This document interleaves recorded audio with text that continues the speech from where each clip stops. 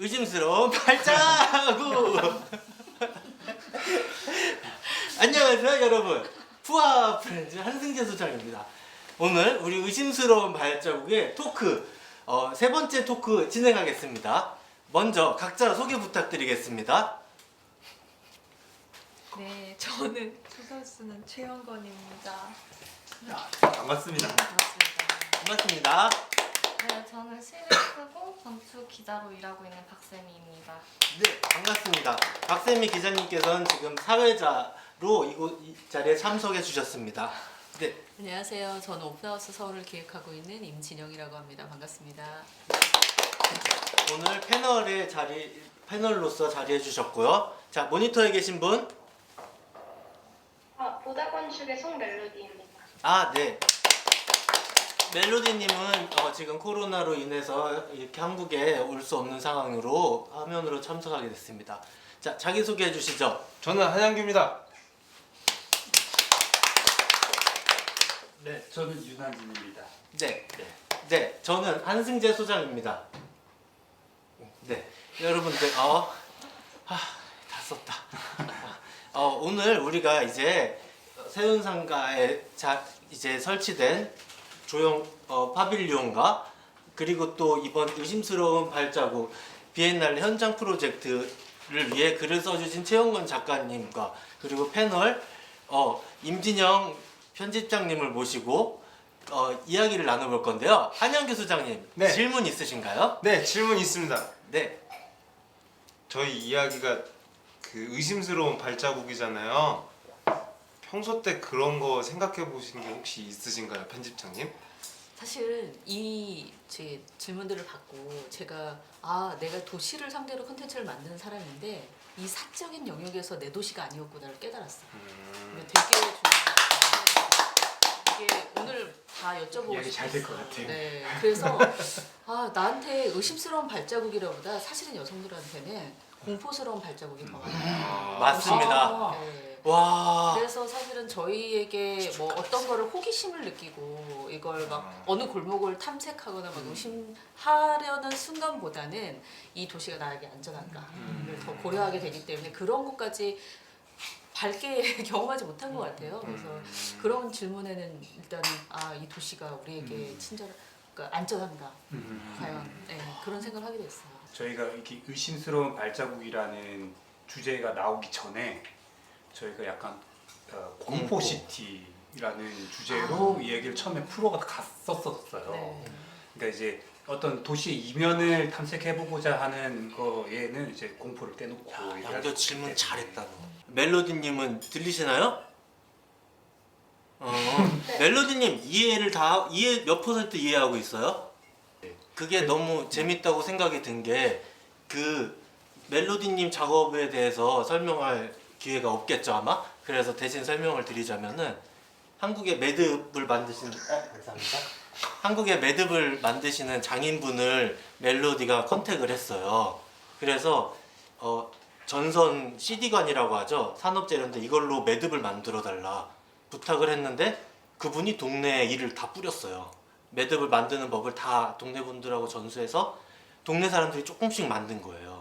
그 질문 3개를 주셨으니까 네. 그 질문에 대해서 그 두 분의 이야기도 전 듣고 싶거든요. 어떠셨는지 정말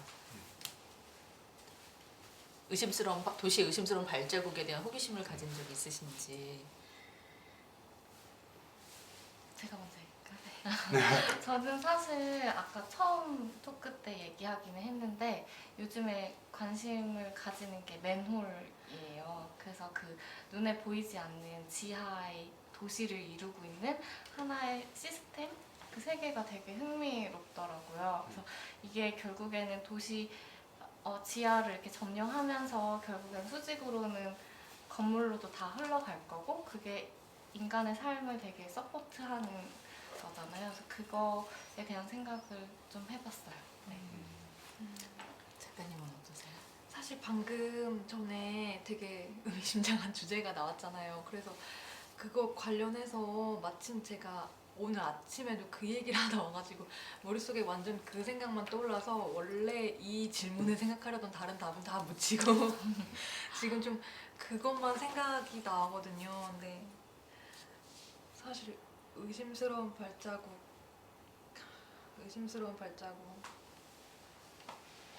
오늘 그냥 좀 방금 전에 있었던 일인데 오늘 아침에는 저한테 이제 소설을 같이 읽고 얘기하는 다른 분들이 계세요. 근데 그 분들이 중에 다 여성분들인데 그 도시에서 돌아다니면서 겪게 되는 그 뭔가 정확히 범죄 상황이라고 할 수는 없는데 근데 왠지 나는 굉장히 불쾌하고 숨길 수 없는 그런 상황들에 대한 글을 써주신 거예요. 오늘 아침에 하필 그 얘기였고 그냥 그 되게 작은 면면들인데 그냥 택시에 그 방음 천장이 되어 있는 것만으로 그 택시를 타는데 굉장한 공포감을 느끼게 된다든지 어떤 남성이 그냥 밤중에 조깅을 하는데 나랑 세게 부딪혔는데 내가 넘어졌는데 그 남자가 그냥 달려갈 때 이게 범죄는 아니지만 일부러 부딪힌 것은 아닐까 뭐 이런 생각을 한다든지 해서 도시에 그냥 어떤 길이나 뭐 택시 승강장 그냥 어두운 길 이런 것들이 다 되게 공포스러워진다 이런 얘기를 오늘 아침에 소설로 제가 읽었거든요. 근데 방금 전에 스친 주제가 그거라서 그것도 아직 생각이 제 안에서 뭐라고 말씀드려야 할지 피드백에 대해서 제가 소설 피드백을 드려야 되는데 그게 좀 정리가 안 된 상태였는데 오늘 여기서 또 이 얘기를 들으니까 다시 한번 내가 생각한 도시란 무엇이었나 이런 생각이 막 드는 것 같아요. 제 머릿속 자체가 매우 의심스러운. 근데 사실 저는, 이게 네. 도시가 말씀하신 호기심을 갖고 탐구할 만한 주제가 분명히 있긴 있어요. 그런데 요즘 저희가 이제 경험하는 경험치가 이제 너무 이제 날 것 같은 말씀하신 게 사실은 저도 불과 이제 이 현장 프로젝트를 보러 청계천에 갔어요. 근데 아기를 데리고 갔어요.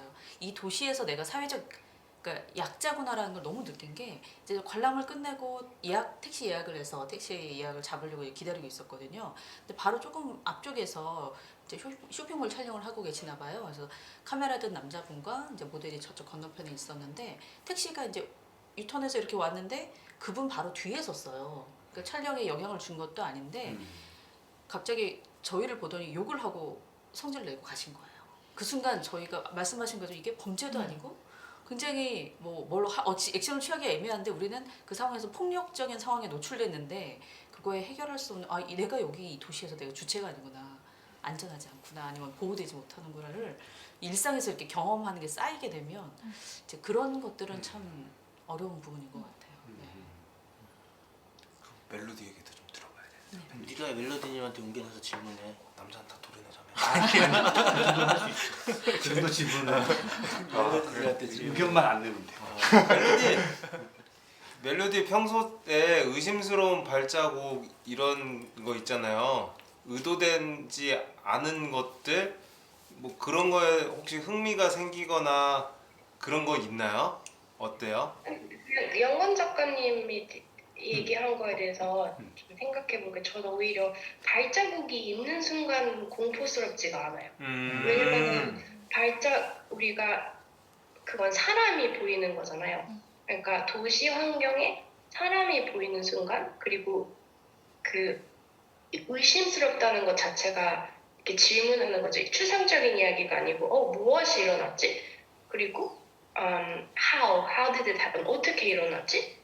질문을 하는 순간 사람과 연결이 되는 이야기가 생겨나서 그러면은 이렇게 이름이 없고 그 얼굴이 없는 그런 우리가 아무것도 할 수 없는 그런 도시가 아니고 정말 사람이 만들어 나가는 곳 그리고 그렇게 변경이 돼가지고 오히려 덜 무섭지 않나 조금 저는 그렇게 생각돼요. I don't know if it makes sense.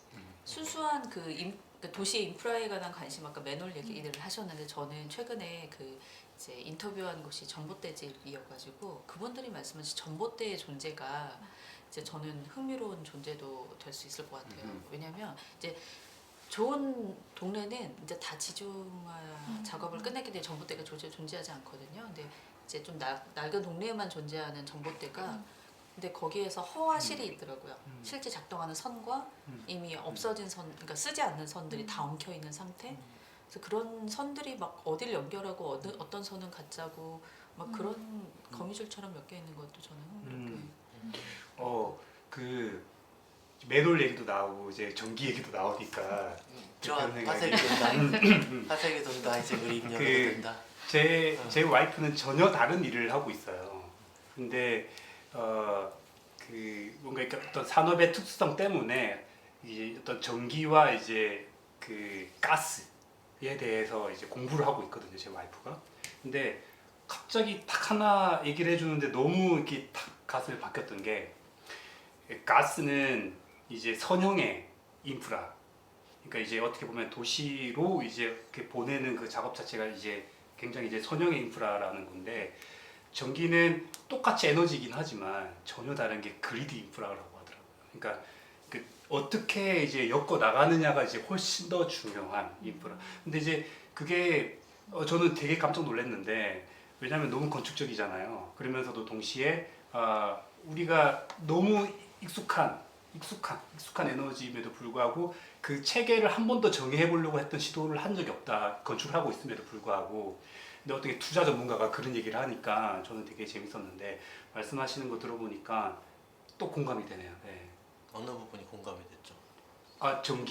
전봇대가 어떻게 보면 숨어 있는 어떤 이제 발자국의 중요한 열쇠일 수도 있다. 전기는 병렬이라서 그리드냐? 쉽게 말하자면은 그럴 수도 있지 않을까? 근데 이제 전봇대라는 게 사실은 이제 우리가 인식하는 건 도로에게 쭉 나열되어 있는 전봇대지만 사실은 그게 아니고 이제 다 엮여 있는 멜로디송의 매듭처럼 이렇게 한번 내가 한번 엮어봤거든. 그래서 전가 그 맞아. 잘했네. 옛날에 전봇대를 만지면 전기에 감전된다고 제 친구가 얘기해서 한 6학년 때까지는 전봇대를 안 만졌어요. 그 근처에 뭔가 이렇게 연결된 것도 하나도 안 만지려고 하고 다녔거든요. 그게 갑자기 생각이 나네요. 이게 그냥 의심스러운 발자국 아니겠습니까? 네. 그리고 아까 네. 그 공포에 대한 이야기가 제가 너무 사실은 그 얘기를 전에 한진이한테 들었어요. 그러니까 일상 속에서 여자들은 공포에 산다, 여성들은 공포 속에서 산다라고 아내분이 한진이한테 얘기를 했어요. 그러니까 지하 주차장에서라든지 지하철에서라든지. 그래서 그걸 암기했죠 거의. 왜냐면은 저는 그러지 않으니까. 근데 여기서 들으니까 너무 피부로 와닿고 어떤 생각을 했냐면 저희는 도시가 점점 저희가 아니고 저는 도시가 점점 지루해지고 있다고 생각했거든요. 그러니까 너무 안전 중심이고 뭐 의심스럽거나 호기심이 있을 만한 거를 계속 제거하는 방향으로 평평해지고 있고 밝아지고 있고 그래서 단독주택에 살면 무섭다고 그래요. 처음에 이제 아파트 살다가. 근데 아파트는 무엇보다 안심하고 안전하니까 저는 오히려 이제 세계 이렇게 추세에 계속 반대되는 쪽으로만 생각했거든요. 점점 좀 위험한 것도 많아졌으면 좋겠고 의심스러운 것도 많아졌으면 좋겠다. 근데 이런 반대되는 거부할 수 없는 반대 방향의 얘기를 들으니까 되게 신선하고 재밌어요. 아마 그게 절대적인 공포는 아닐 거예요. 근데 긴장하면서 살아야 된다는 거. 그러니까 어느 순간에 항상 택시를 타더라도 제가 너무 충격을 받았던 게 이제 남편이랑 같이 탔는데 남편은 대략 동네를 얘기해요. 어느 동네로 가주세요 하면 아무 말 없이 그렇게 가주시는 걸 보고 제가 깜짝 놀랐어요. 저는 온 신경을 다해가지고 어느 전철역에 어느 방향으로 꺾어서 어느 지점으로 가주세요라고 하지 않으면 굉장히 막 이렇게 강한 피드백을 늘 받았기 때문에 아마 거기서 오는 그런 아주 사소한 것들의 긴장감들이 우리가 피로도를 느끼고 있지 않나? 저는 강아지 산책할 때도 그런 거 진짜 많이 느껴요. 저랑 강아지가 둘 다 도시에서는 약한 존재인 거예요. 그래서 뭔가 강아지가 실수를 하거나 누구의 행로를 방해하거나 하면 바로 그 질타가 오는데 아버지나 남동생이 함께 하면 되게 단순한 느낌. 네네. 산책에서도 그런 게 느껴지더라고요. 울어요? 저요? 야, 나도 눈물 난다. 휴지 좀 줘. 약간 어느 분량에 서 있냐면은 대부분의 남자들이 투사가 되지 않으면은 동조하는 사람? 네, 약간 그런 포지션에 계속 있는 것 같아요. 그래서 차라리 말하길 꺼려하는. 네. 이 택시를 타도 택시 운전자 아저씨들 중에 뭐 좋은 사람도 있지만 여자 험담을 하는 사람도 있어요. 그러니까 길에서 담배를 누가 피고 있으면은 험담한다가. 근데 거기에 대해서 내가 이 사람을 혼내주거나 아니면 가만히 있거나 둘 중 하나의 선밖에 없기 때문에 외면하려는 경향이 있죠. 어려운 부분인데 결국은 이제 우리 주제가 오늘 어쩌다 이렇게 혐오로 가고 있는지 모르겠지만 혐오를 다루는 방식? 네. 제가 도시의 여기서 연결 포인트가 네. 있습니다. 최영건 작가님의 글이 네. 네, 개인적인 기억이 없어지는 것이 폭력적인 일이다라고 연결이 저는 됐거든요. 네.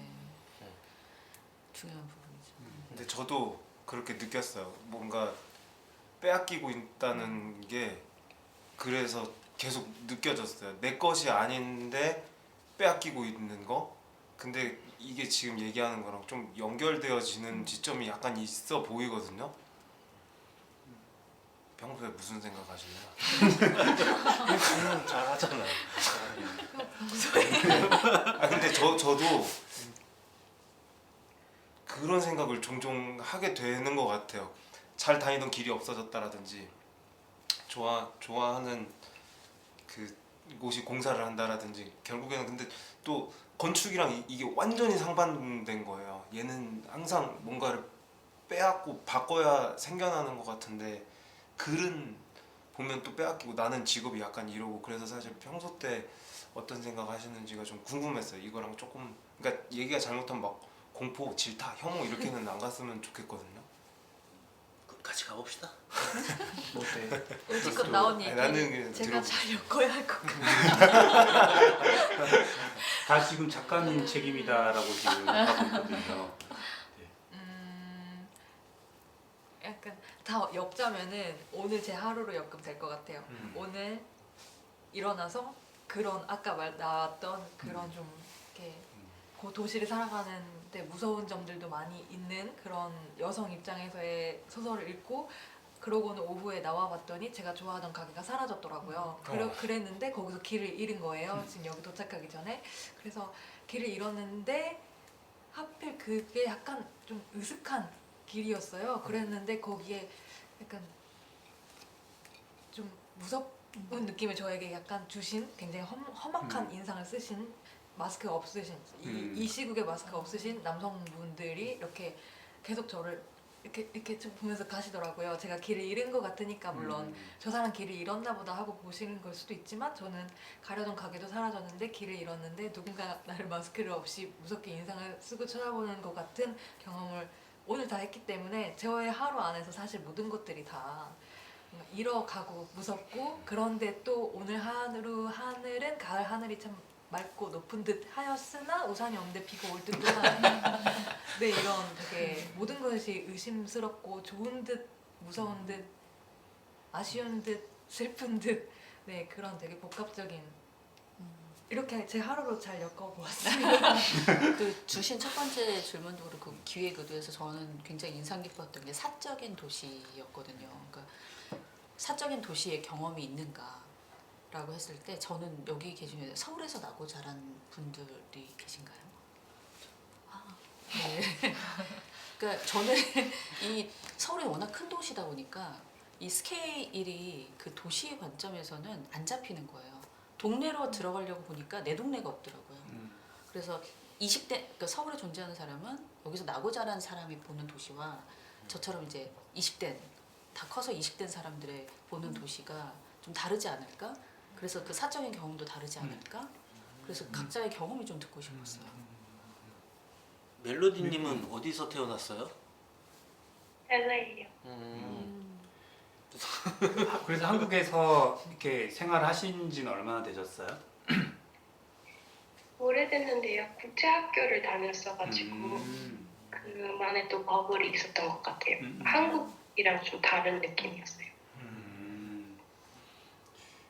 어떻게 생각하세요? 그 질문해 주셨던 거는 그러니까 서울에서 나고 이렇게 태어나서 이렇게 쭉 자라온 사람이 아니라 어떻게 보면 약간 이방인, 조금 이방인으로서 이렇게 서울을 바라보고 계셨을 거 아니에요.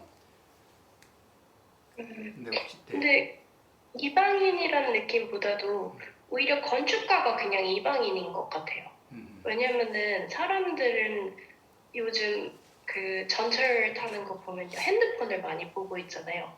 그러니까 시간적인 이방인? 그러니까 사람들은 이 순간과 자기 주변 환경을 잘 의식을 하지 않는 게 약간 한국 같았어요. 그러니까 발자국도 봐도 의심스러워하지 않을, 그러니까 뭐 천장에 껌이 붙어 있어도 그걸 보지 못하는. 왜냐면은 다른 시간적인 세계에 있기 때문에. 근데 다만 건축가는 이런 것들을 보고 왜 그런가 의심스러워하는 것이 건축가잖아요. 그래서 조금 더 많은 사람들이 이 현재의 순간, 이 주변 환경을 바라보는 것, 즉 이 현재에 살아가는 것, 그 공간을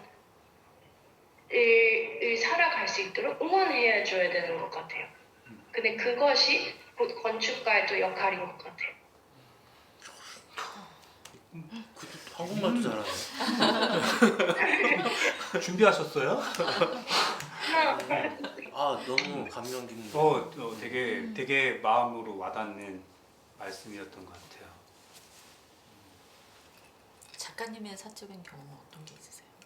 저는 대학 오면서 서울에 온 케이스거든요. 근데 그런 사람한테 서울은 뭐 흔히 좀 뭔가 낯선 경험에서 출발한다고 생각할 수도 있을 것 같아요. 그런데 그렇지는 또 않았던 것 같아요. 그러니까 뭔가 뭐 낯설다, 뭐 제가 지방에서 왔는데 지방에 비해 뭐 크고 화려한 도시였다 이런 그런 감상은 없었고요.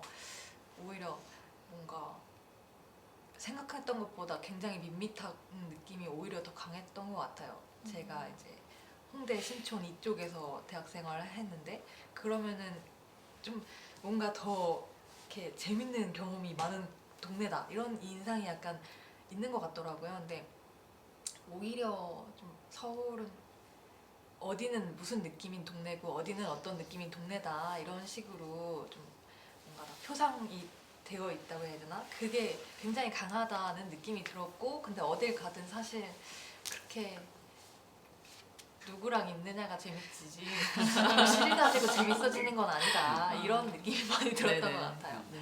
그래서 제 사적인 경험은 오히려 어떤 시간이든 어떤 장소든 어떤 시각으로 보느냐 그리고 누구랑 있느냐 이런 식의 것들이 정말 어떤 사적인 기억을 만들어 나가면서 도시하고 관계를 갖는 것이지 어디에 갔을 때 딱히 그 도시 자체가 대단히 흥미롭고 대단히 인상적이고 대단히 이곳에 온 것만으로 인생의 변화가 막 무궁무진하게 일어나는 드디어 뭐 잃어버렸던 것을 찾은 것 같은 그런 느낌은 아니라는 생각을 강하게 가졌던 것 같아요.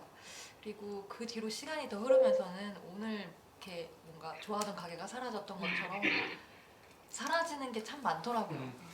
참 어디나 그렇지만 오히려 지방보다 서울은 참 빠르게 사라지는 곳인 것 같고 그거는 자본이 더 많아서 가능한 일이기도 하겠죠. 지방에서는 오래된 것을 갈아엎고 뭔가 없앨 자본 자체가 조금 흐름이 서울보다 어쨌든 느린 느낌이랄까 그게 있으니까요. 근데 서울에서는 더 빨리 사라지고 더 그래서 길 잃기도 쉬워지고 분명 지도에는 이게 있다고 나오는데 없다고 실제 가보면 없어져 있는 그런 것들도 많고 네 다시 오늘 저희 하루로 돌아가 도대체 어딜 가려고 했어요? 저 근데 이거 말하면 약간 그 동네를 그런 느낌으로 말하지 않나요? 좀 서울이- 제가 서울이 길을 다 잃었다. 그러는데요, 뭐. 그런가요? 일주일에 몇 번이나 길을 잃으시죠? 아, 양규한테 개인의 문제로 지금 이번 주 처음이었습니다. 이번 주 처음이신가요? 네. 알겠습니다. 양규가 지난 토크에서 너무 말을 안 해서 질문 좀 하라 이랬거든요. 근데 최한권 작가님은 지난번에 인터뷰할 때 제가 뵀었고 그 그리고 마음이 열려 있네. 예, 그리고 그때도 길을 잃었었고 네, 여기서 두통 많이 오셨고. 두통 많이 오셨고 막 그래서 참고로 에어컨 틀었는데 막 여기서도 헤매셨어. 오, 아 그러네요. 그래서 아, 근데 뭔가 아까 내가 정말 말 걸게 많아. 부재중 전화가 있더라고요. 네, 제가 사실 제 대학 캠퍼스도 아직까지 못 온 그런 상태가 조금 있긴 하지만 어쨌든 오늘은 좀 많이 잃어버린 느낌이었어요. 근데 저는 해주신 말씀 이렇게 중에 재밌는 부분은 그런 것 같아요. 굉장히 변화가 많은 것이 서울의 특징인데 의외로 되게 수동적이지 않나요? 그러니까 뭔가 되게 뭔가 변화를 원하기 때문에 능동적으로 막 변하는 도시의 모습이 아니라 그러니까 그냥 뭔가 어떤 다른 힘에 의해서 그냥 자연이 그냥 없어지고야 마는 어떤 수동적인 이미지가 좀 큰 것 같아요. 저는 시골 출신인데 하루 학교에 가가지고 친구들 얘기 대화에 끼려면은 전날은 그야말로 스펙타클해야 돼요. 가재 3마리 잡고 뭐 붕어 10마리 안 잡으면은 할 얘기 없어요. 뭐 얘기 끼지도 못하는 거죠. 그러니까 뭐 이제 정말 뭔가를 만들어 나가는 어떤 시골 바이브가 사실은 이제 그런 걸 껴안고 이제 서울로 왔는데 되게 무기력해지더라고요. 할 수 있는 게 없고. 그리고 그 글 쓰신 것 중에 제가 공감됐던 것 중에 하나는 그 얘기 우리도 얘기 많이 했던 거예요. 어느 날 그 건물이 사라지고 나면 기억이 전혀 안 나요. 여기 뭐가 있었지? 전혀 기억이 나지 않아요. 그렇게 그 건물이 막 방금 생겼다가 사라진 건물이 아니고 수십 년 있었던 건물이고 수백 번 왔다 갔다 하면서 봤던 건물인데도 불구하고 사라지면 기억이 안 나는 거예요. 이제 그런 것들이 좀 사람을 무기력하게 만드는 것 같아요. 네. 서울이 그런 도시 같네요. 또 그런 것도 있죠. 2층, 3층이 뭔지도 안 보이고 딱 1층만 보고 다니고 길 건너편에서 와본 저런 거였구나. 그리고 양규는 안 봐요, 건물을. 화가 나요.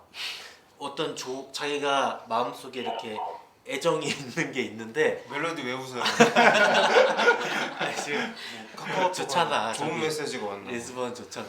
어느 날 이렇게 양규가 아끼던 벽돌 건물이 있었는데 어떤 사람들이 인테리어 한다고 까만색 페인트를 막 칠하는 거예요. 그래서 양규야, 저 새끼들 좀 봐, 미친놈들 저것 좀 봐 이랬는데 양규는 엄마 보면 열받아. 화만 나, 화딱지만 나 이래가지고 좀 그게 근데 폭력하고 결부시키기는 쉽지 않았죠. 왜냐하면 자본주의의 힘이 너무 크니까 이렇게 와닿지 않은 거예요. 근데 글을 읽고서 폭력이라는 단어랑 이렇게 연결되는 그런 느낌을 좀 받았어요. 우리 멜로디님 작업 얘기도 한번 들어보고 싶어요. 멜로디랑 연결. 멜로디는 하고 싶지 않아요. 그거 싫다고? 멜로디 연결 제가 싫다고? 궁금한 게 있는데 매듭 만들 때 그 재밌었어요? 현장에서? 현장에서 그 매듭 선생님이 직접 와가지고 같이 하신 거죠? 네. 그렇답니다. 어떻게 매듭이라는 걸 생각을 하셨나요? 무기력한 도시라는, 물론 점점 더 우리가 무기력하게 느껴지잖아요. 근데 그거가 변할 수 있는 방법은 조금 더 도시에 손이 많이 보이는 것 보이는 방법? 예를 들면은 우리가 커블스톤 있잖아요. 이렇게 돌로 만든 그 도로? 그거 보면은 이렇게 원으로 그려져 있잖아요. 김수근 건물 보시면은 그 바닥에 그게 다 사람의 팔의 그 길이거든요. 아니면은 우리가 패턴, 그러니까 벽돌을 보거나 작은 패턴들을 보면은 상상이 되잖아요. 이건 사람이 인간의 스케일로 이게 어떻게 지어졌는지. 그리고 조금 더 우리가 현장의 사람들, 이거 기계 만든 분들, 뭐 전기 그 전봇대를 만든 분들, 사람의 이름들이랑 이런 얼굴들이 붙여질수록 우리가 우리의 환경을 변화시킬 수도 있겠구나. 그러니까 너무나도 이렇게 그러니까 조금씩의 변화, 그리고 더 아름다운 것들을 만들수록 우리는 이렇게 꽃이 피는 방법처럼 우리가 환경에 더 열리잖아요. 그러니까 저는 정말 우리가 무기력한 도시에 반대되는 걸 많이 만들었으면 좋겠어요. 그래서 하나 아렌트라는 철학가가 하나의 코트를 만들었어요. 그러니까 세상이라는 것은 하나의 테이블과 같고 이 테이블에 둘러싼 사람들이 같이 이렇게 앉아서 이렇게 마주보는 것이 세상이다. 근데 만약에 이 테이블에 손자국들이 보이면은, 그리고 이 테이블도 누군가가 만든 거였고, 그리고 이게 변화 가능한 것이다. 그러니까 이게 건축가가 생각하는 거잖아요. 근데 이런 마인드를 조금 더 많은 사람들과 공유할 수 있도록 톤이 보이는 것, 이런 거를 만들면은 조금 더 테이블에 앉아 있는 사람들이 조금 더 앞으로 기울이면서 더 액티브하게 도시와 인게이지하지 않을까, 조금 더 이 순간에 있으려고 하지 않을까 좀 생각이 들어요. 그게 가장 무기력한 도시가 가장 잔인한 도시라고 생각해요. 아, 이렇게 한국말 잘하면서 왜 그동안 영어로 인터뷰했어요? 지난 세월이 야속하네. 내가 막 이랬거든. What do you think about 다 했거든. 저는 작가님이 쓰신 글에서의 방은 굉장히 고립되고 막 단단하고 오로지 창을 통해서 정말 밖을 보는 느낌이었는데, 이제 현장에서는 이제 정말 사라진 기억을 오늘의 재료로 다시 엮어내면서 되게 이제 좀 밝고 투명하게 이렇게 전환한 느낌이 들어서 처음에 이제 소설과 이거의 연결을 뭐 어떻게 보지 하다가 현장 가서 되게 느낌이 달라졌던 것 같아요. 그래서 작가님도 사실은 소설에서, 다른 소설에서도 건축에 대한 관심도 많이 보이셨고 집에 대한 묘사가 많으셨는데, 작가님이 생각하시는 어떤 그런 집에 대한 생각, 그다음에 도시와 관계 맺는 점에서 건축에 대한 생각도 좀 듣고 싶긴 하거든요. Cat, oh my god. 지나갔어요. A cat was behind the view, over the window. 그래. 집에 대한 생각은 원래 처음에 가졌던 생각으로는 좀 방어적인 그런 좀 면이 있기도 했던 것 같아요. 아까 좀 뭔가 단단한 그런 얘기를 하셨잖아요. 근데 집이라는 공간은 어쨌든 자기 자신이 가장 되게 노골적으로 드러나 있는 공간이기도 하고, 또 도시하고 자기 사이에 어떤 방어벽을 세울 수 있는 듯한 느낌을 주기도 하는 공간이죠. 그래서 일차적으로 그런 생각을 가지고 있었고, 어떤 소설을 쓰거나 뭐 다른 글을 쓸 때도 인물에 대해서 말을 할 때 아니면 그 집안에서 사는 사람들 사이의 관계를 말할 때에도 그런 어떤 고립감 같은 걸 좀 중요하게 생각했던 것 같기도 해요. 그런데 한편으로는 점점 또 생각해 볼 때 집이라고 하는 게 절대 사실은 진짜 고립되어 있는 게 아니잖아요. 특히 또 아까부터 제가 뭔가 말을 꺼내게 되는 자본하고 관련지어서 생각해 볼 때 더더욱 고립되었다고 볼 수는 없는 무엇이기도 하죠. 또 이렇게 새를 들어서 사는 경우 같은 때는 더더욱 아주 열려 있는 관계잖아요. 자기 것이 아닌 데서 생겨나는 여러 가지 그런 문제들이랄까, 관계들이 있으니까요. 그래서 그런 것도 좀 생각하게 되고, 요즘에는 이런 모든 게 다 복합적으로 막 다 뒤죽박죽이 되어 있는 것 같습니다. 네, 이 글에 여기 이제 비엔날레 참여한 글에서는 아무래도 자기 기억에 제가 좀 집중을 해서 쓰다 보니까 가장 사적인 어떤 기억들이 켜켜이 쌓여있는 그런 기억의 덮개 같은 느낌으로서의 집에 대해서, 뭔가 방에 대해서 얘기하려고 했던 것 같아요. 네. 근데 이제 멜로디의 작업에서는 그 방의 의미가 조금 이렇게 연결된 부분들이 있을까요, 멜로디? 멜로디에 내가 그것에 대해서 질문을 하고 싶었어요. 멜로디가 이제 사실은 멜로디가 공부했던 것도 인류학을 대학교에서 공부했다고 들었고, 그래서 이 글에 대해서 얘기했을 때 굉장히 인류학적으로 사회적인 접근을 할 거라고 생각했는데 되게 문학과 건축의 선을 딱 그은 느낌이었어요. 그래서 건축적인 접근을 했다고 저는 느꼈거든요. 그러니까 전혀 아닌 눈빛인가? 나는 이 매번 글에서 내가 눈빛이죠. 나는 이 글에서 뭘 느껴서 이걸 이렇게 했어요라고 하지 않고 건축가로서의 역할을 많이 설명했거든요. 네, 이 글을 읽고 그리고 작업을 구상하기까지의 어떤 마음가짐이었는지 조금 궁금해요. 솔직히 그 작업 이후에 생각하는 게 조금 더 선명해져서 작업하는 과정보다도 지금의 생각을 조금 말씀드릴게요. 네, I think 영건 작가님은 시간적 공간, 우리의 그 psychological reality의 방을 만드는 느낌이었어요. 그 뭐지? 그 absence의 absence, 없음의 없음을 간직하고 생각할 수 있는 그런 방. 근데 건축가로서는 할 수 있는 것이 physical reality를 그런 방을 만드는 거잖아요.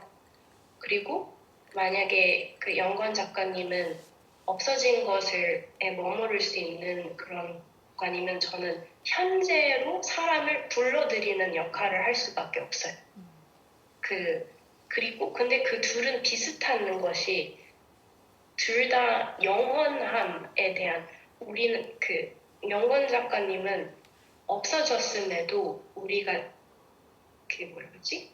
In our minds, in our memories, 우리의 longing, 우리가 원함 이런 것 속에서 그리움 속에서 영원함의 그런 시간, 그러니까 이 plane of existence 말고 다른 plane of existence의 영원함, 그 없으면 없음들이 이제 하나의 호수로 가잖아요. 그러니까 모든 바다들이 하나로 연결되는 느낌처럼. 근데 제가 할 수 있는 것은 이 현재 순간에도 영원함이랑 연결이 되거든요. 그러니까 사람들을 이렇게 낚시하듯이 건축이랑 텍스처랑 이런 걸로 훅 할 수밖에 없는 것 다시 한번. 그리고 또 영원함, immortality를 그 옛날 그리스 사람들은 그 how they thought of immortality, 아니면 하나 아렌트 그 철학가도 immortality는 사람이 어떻게 취득하냐면은 우리가 바로 사용할 수 있는 것 이상의 사람의 그 삶, 그 시간 이상의 것을 만들었을 때, 뭔가 자기 존재 이상의 것을 만드는 데 참여했을 때 영원함을 느낀다고 했어요. 그래서 모든 인간은 뭔가 창의적으로 뭔가 만들어내는 것을 정말 그리워하는 것 같아요. 그래서 이 비엔날레 작품을 만드는데 그 동네 사람들이 되게 즐거워했어요. 이게 무엇을 만드는지도 몰라요. 근데 뭔가 자기 존재 이상의 것을 만든다는 걸, 그러니까 culture를 만드는 걸 되게 즐거워했던 것 같아요. 그래서 in a way, we're both talking about how to have immortality. But for 영건 작가님은 in the temporal, the psychological room in the psychological memory, and for me, room in space as a 건축가. 그 후크라고 아까 말씀해 주셨는데 건축으로서 뭐 후크를 해주신다. 네, 소설이랄까 제가 쓴 글도 그 후크라는 말도 써주시고 참여라는 말을 써주셨잖아요. 근데 건축물도 어떤 후크가 돼서 이제 그 제가 생각하기에는 어떤 기억, 사람이 다들 자기만의 기억을 가지고 있는데 그런 사적 기억으로 뭔가 개인들을 이렇게 불러들이는, 그렇게 해서 참여를 하게 하는 그런 역할을 해주신 것 같아요. 근데 제 글도 그런 걸 굉장히 원하면서 뭔가 소망하면서 쓰인 부분이 있고, 그래서 결국에 제 글에 가지고 있는 어떤 소망이랄까 뭔가 운동성 이런 거를 되게 잘 간파해서 건축물로 담아주신 것 아닌가 이런 생각이 드네요.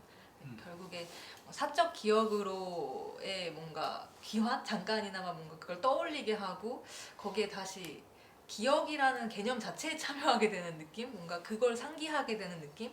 네, 참여라는 단어를 써주셔서 그게 저도 되게 인상적으로 느껴지고 공감이 되는 것 같아요. 네, 좀 목소리 컸나요? 제 개인적인 경험을 얘기해도 될까요? 아 좋습니다. 네. 그러면은 사실 연관은 없을 수도 있어요. 근데 듣다 보니까 제 경험이 자꾸 생각이 나는데 제가 진짜 볼품없이 생겼네. 아 너가 보여. 내가 크게 얘기할게. 안 좋아. 그러니까 제가 처음에 서울에 와서 이제 월세 보증금 100에 20만 원짜리. 양교는 얼마짜리? 저 100에 20만 원짜리 형한테 얹혀 살았습니다. 양교슨?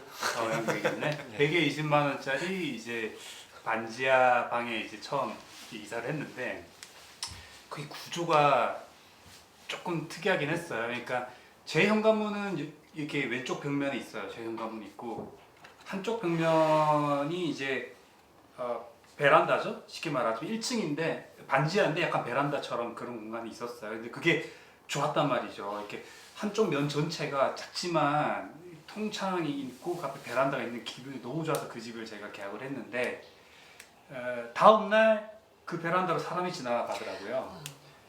옆방이 있었는데 옆방으로 가려면 그 베란다로 가야만 하는.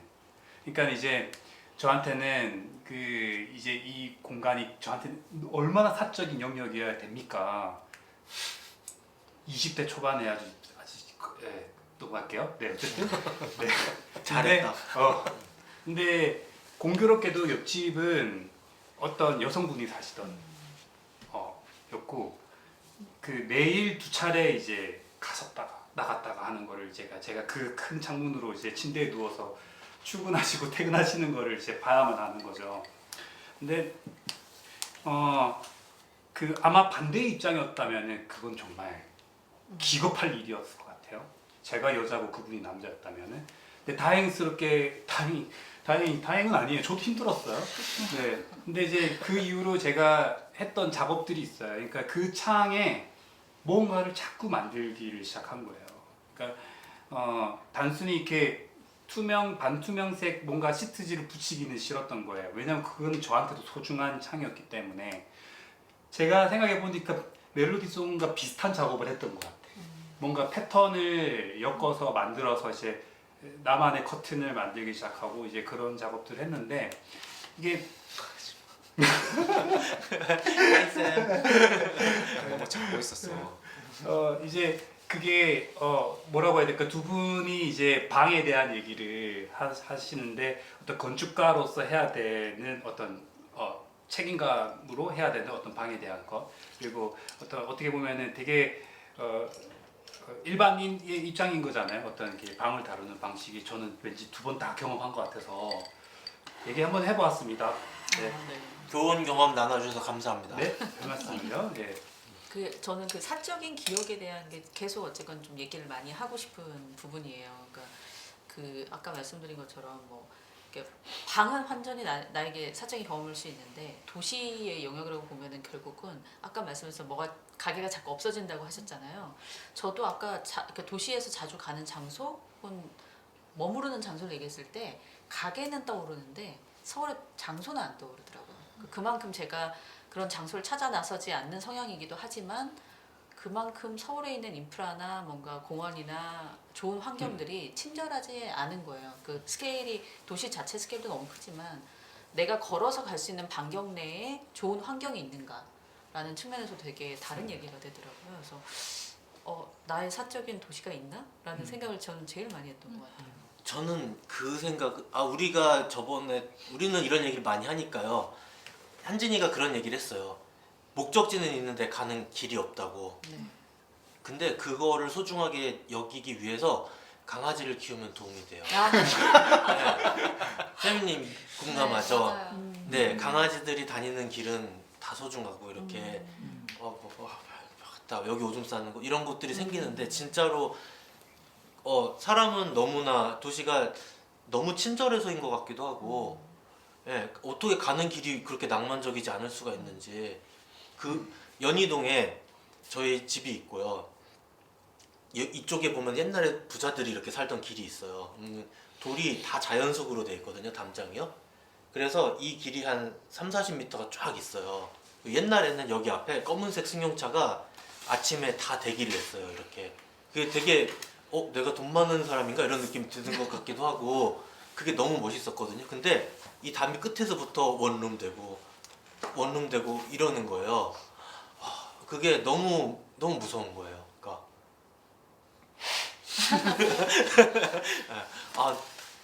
이렇게 연약한 거에 목숨 걸고 있다 이런 느낌? 막 이렇게. 좀 다른 문제도 같이 있는 것 같아요. 서울은 좀 큰 건 사실인 것 같아요. 근데 그러면 뭐에 비해서 크냐?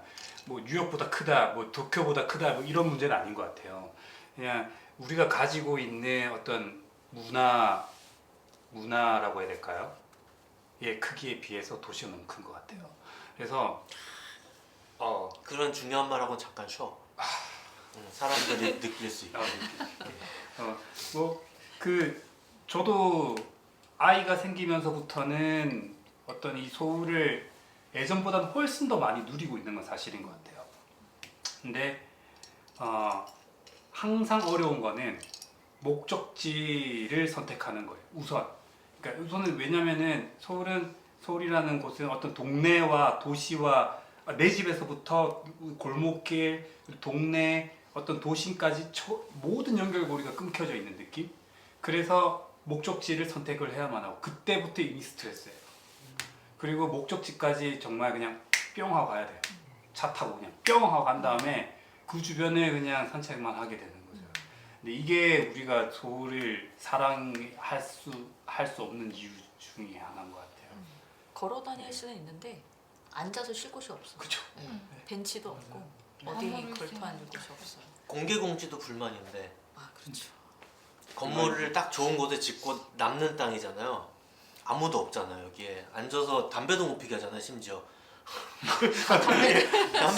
담배라도 피게 하면은 하지만 제가 이런 언어를 할 수 있는 건 비유변자입니다. 네. 근데 누군가를 위한 땅이어야 된다고 생각을 해요. 아니면 뭐 멍멍이 대변 놓는 곳이라고 하든가. 근데 그냥 시민들을 위해 공개된 장소인 뭐 이런 식으로. 네, 그런 배려가 너무 부족하죠. 그리고 너무 자본주의의 천박함을 표면으로 다 받아들이는 도시이기 때문에 그런 것에 대해 부끄러움도 느낄 줄 모르고. 그래서 저는 오히려 궁금했어요. 나고 자라신 분들은 서울에 대해서 어떤 기억을 갖고 계신가라는 것. 근데 저는 생각해 보니까 진짜 사적인 도시가 하나도 없는 것 같아요. 그러니까 그러니까 변화에 너무 익숙하고 그래서 저도 역시 뭔가 어딘가로 가는 목적지만 늘 있지 그 가는 길의 이면이 어떻게 생겼는지 그 건물이 뭐가 있는지 이런 것에 대한 감각이 전혀 없었거든요. 근데 저는 사실은 건축을 공부하고 건축가들을 만나고 건축가 입장에서의 시각을 엿보면서 오히려 도시에 조금 흥미를 느꼈던 것 같아요. 그러니까 아까 멜로디 송 건축가님이 말씀해 주셨던 것처럼 도시를 감각하는, 그러니까 서울이 도시, 그러니까 그 기억을 잘 간직하거나 좋은 감각을 주는 훌륭한 도시라고 말할 수는 없지만 그래도 도시를 감각하는 방식을 약간 모르는 거 아닌가 사람들이? 저도 되게 모른 채로 그냥 성인이 된 것 같은 느낌? 네, 그런 게 있어요. 그래서 그런 장치들이 서울 곳곳에 좀 있어주면 그래도 어릴 때부터 자랄 때부터 그런 기억들이 있지 않을까. 네, 그런 생각이 들어요. 그 작가님이 쓰신 글에서 창밖에 있는 나무가 이제 사라져 버리는 그 순간에 그 나무에 대한 결정권이 나에게 없다는 거잖아요. 그런데 그 나무가 저는 그 공공 영역인 것 같은 거예요. 우리 서울시의 공공 영역들에 대해서. 진짜 적극적인 사람이네.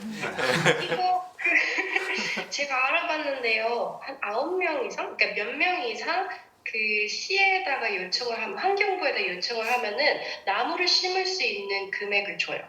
그래서 건물 이걸 알아봤거든요. 그러면 건물 토지와 토지 사이에 제가 좋아하는 서촌이라는 그 거리에 좀 더 많이 심고 싶어가지고 알아봤거든요. 그래서 가능해요. 그러니까 나무 심기 프로젝트를 하면 어떨까요, 다 같이? 자, 좋은 그러면은 생각이에요. 아, 편 실장님. 하나, 둘, 셋, 넷, 다섯, 여섯. 마침 나오면 됩니다. 여기.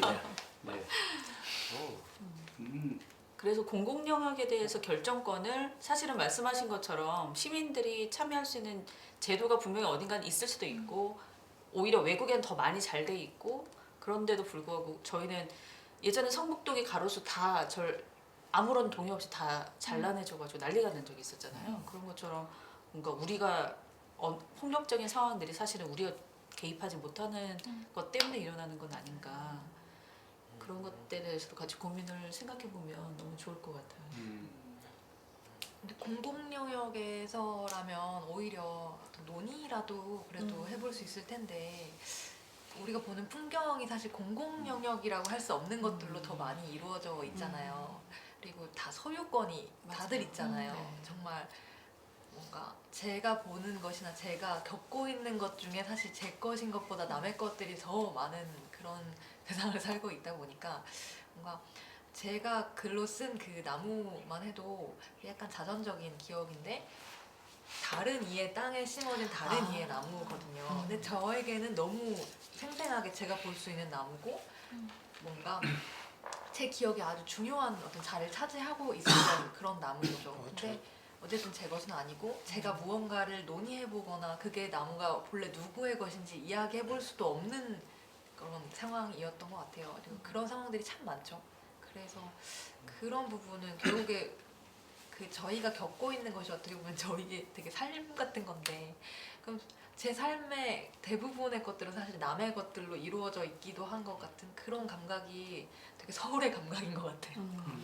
저는 남의 것을 내가 어찌할 수 없는 거는 진짜로 어쩔 수 없는 거지만 공공이 그래서 그런 일을 해줬으면 좋겠다고 생각하거든요. 그러니까 유치하거나 돈이 많이 들어도 공들여서 했으면 좋겠어요. 옛날처럼. 그러니까 서울역은 삐까뻔쩍하고 뭐 구청은 괜히 유명한 건축가가 돈 많이 지어도 되고 근데 그런 게 다 자본의 논리로 돌아가다 보니까 어디 정부 칠 만한 곳이 하나도 없게 되는 것 같아요. 뭐 서울시청도 이제 뭐 합리적으로 지으려고 턴키 방식을 했겠죠. 근데 그러다 보니 여기도 이렇게 됐고 서울 뭐 신촌 기차역도 그렇잖아요. 민자역사 한다고 그래서 그거를 그렇게 만들어 버리고 이런 게 약간 공공은 저한테 보험 같은 거거든요. 그러니까 내가 낙후된 곳에 살아도 버스가 올 거다. 아니면 얘는 없어지지 않을 거다. 근데 이런 희망이 없는 게 조금 안타깝은 것 같아요. 이렇게 뭔가 사라지면서 이렇게 무기력감을 주기도 하지만 생기면서 무기력감을 주는 게 제일 나쁜 것 같아요. 사실은 예를 들면 저 최근에 너무 정말 힘 빠지고 짜증나는 일이 있는데 저 합정에 살거든요. 합정역 앞에 버스 정류장이 이제 그 도로 중앙에 이제 버스 새로 이제 한 두 달 정도 공사를 한 것 같아요. 그게 딱 생겼는데 그게 정말 절망감을 주더라고요. 그러니까 가운데 집이 생겼지. 이렇게 생겼어. 이렇게지. 끊어져. 그게 이렇게 또 연결도 안 돼 있어. 있고. 이렇게 끊어져 있는데, 근데 이제 그게 정말 흉물스럽게 세워졌는데, 진짜 정말 짜증만 났었거든요. 근데 무기력감이 탁 생겼던 이유는 좀 어디였는지 잘 기억이 안 나. 어느 동네로 또 운전하면서 가고 있는데 똑같은 게 하고 있는 거야. 홍대 있어. 홍대 이거 전체가 이렇게 바뀌는 건가? 라는 생각이 드는 순간 정말 그냥 절망감이 생기더라고요. 그러니까 이런 것들은 뭐 어떻게 해야 될지도 모르겠어요. 그러니까 뭐 지도새도 없이 지어져 버리면서 지도새도 모르겠네. 그리고 그게 최소한 10년은 가겠죠. 그런 것들이 이제 사람을 이제 힘들게 하는 거죠.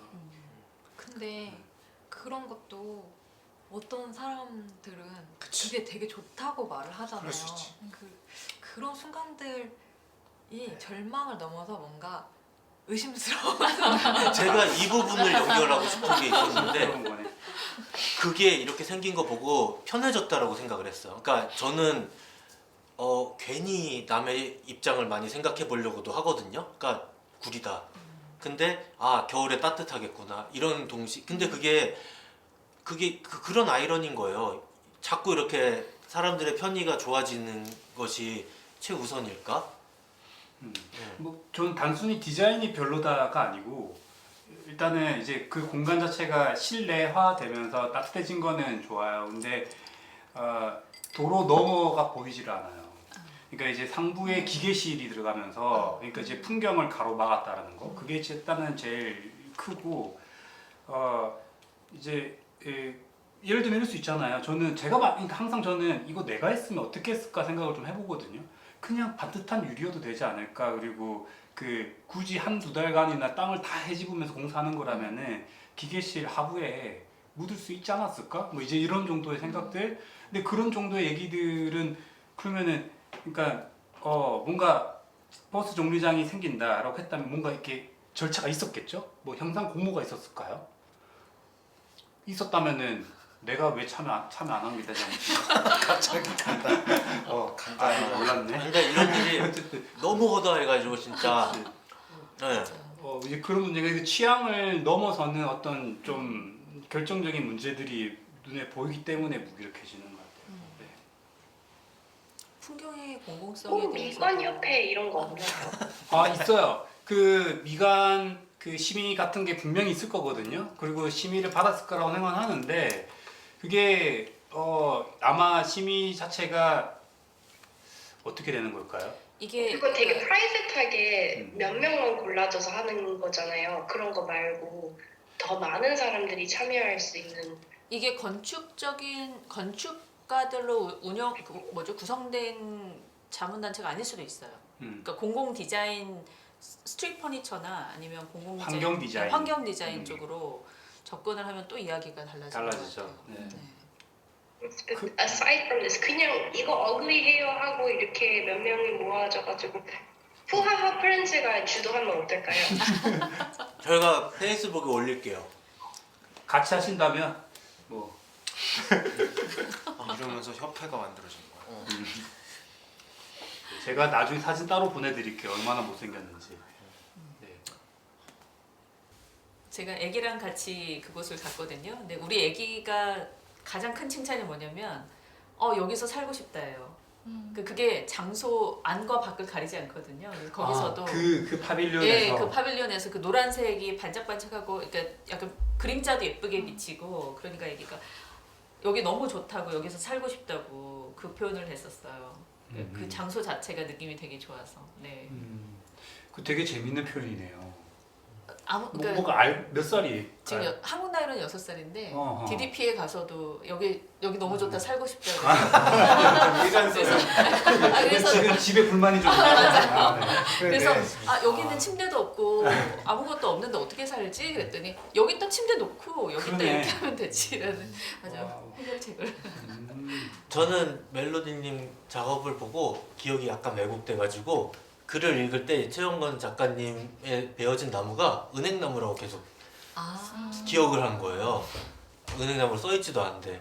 그래서 제가 질문할 때 뭐 은행나무가 잘릴 때 막 이렇게 질문을 했거든요. 지난번 인터뷰 때 그랬어요. 은행나무 그 은행나무가 어디서 왔을까 계속 생각했는데 근데 이런 개입이 저는 너무 그러니까 사람이 기억을 온전히 자기가 한다고 믿지만 되게 왜곡되잖아요.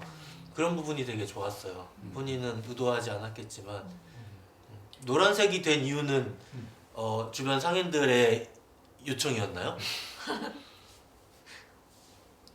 가능한 옵션들이 빨간색, 블루, 파란색, 노란색, 흰색, 검정인데요. 그 중에서 그냥 세운상가를 바라보는데 너무 색깔이 많이 그러니까 약간 죽어 있는 거예요. 공원이긴 하지만 다 회색이 많고 그래서 그냥 사람들이 더 즐거웠으면 하는 바람에 노란색이 행복과 그런 색이래요. 그래가지고 그런 거.